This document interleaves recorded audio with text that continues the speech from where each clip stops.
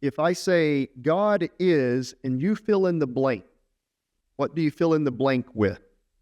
I would imagine it would be something like God is love. God is mercy. God is justice.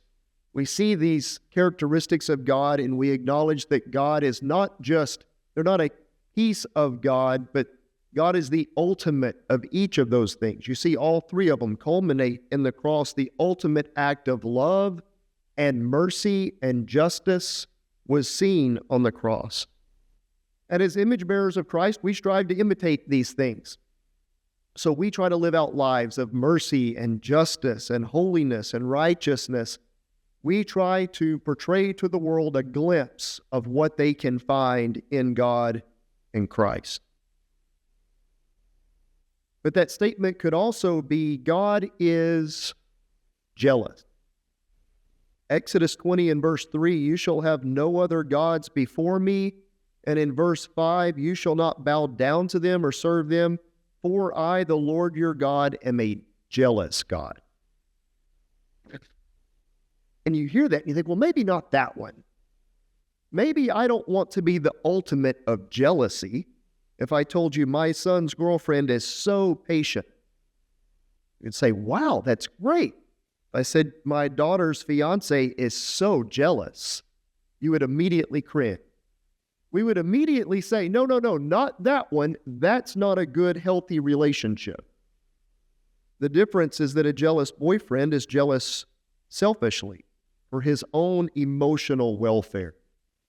But God is motivated by your will. God knows that those idols he warned us about in Exodus 20, the fleeting things of this world, they can't save you. And not only can they not save you, they can't satisfy you either. He knows that this world is temporary and that no idol, whether it's wealth or love or family or friendships or status or intellect or fame, none of them will last, none of them will save you, and none of them are worthy of your faith. God knows that. And because God knows that, and because he loves you, he is jealous for you. God wants all of your love because he knows that only he can satisfy you and only he can save you. He loves you so much, we read in John 3:16, that he sent Jesus to die on the cross. He sacrificed his own son for you. That is a God who is jealous for your welfare. In John 14, we read, Jesus is talking to his disciples and he says, listen, I'm leaving, but don't worry. Not only am I leaving you, I'm leaving you to go and prepare a place for you so that you can come and be with me for forever. I'm going to take you away from this temporary place and bring you to a permanent place. That is a God who is jealous for your welfare.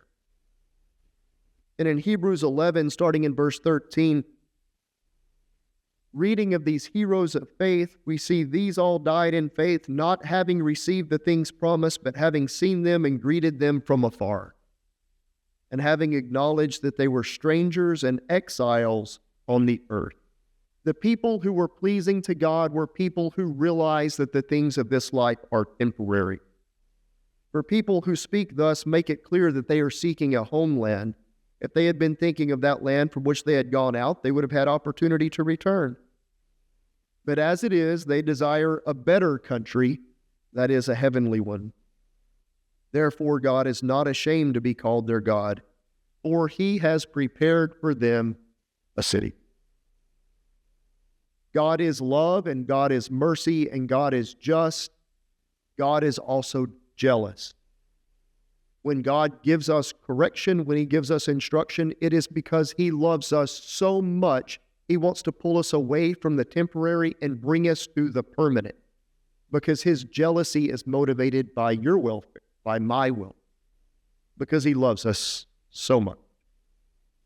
The invitation is available for anyone tonight who has been brought into a new relationship. They are a new creature, but we often become distracted by the things of this world. If there are things in your life that you need prayers for, you need to ask for forgiveness or ask for prayers of help and redemption, opportunity is now.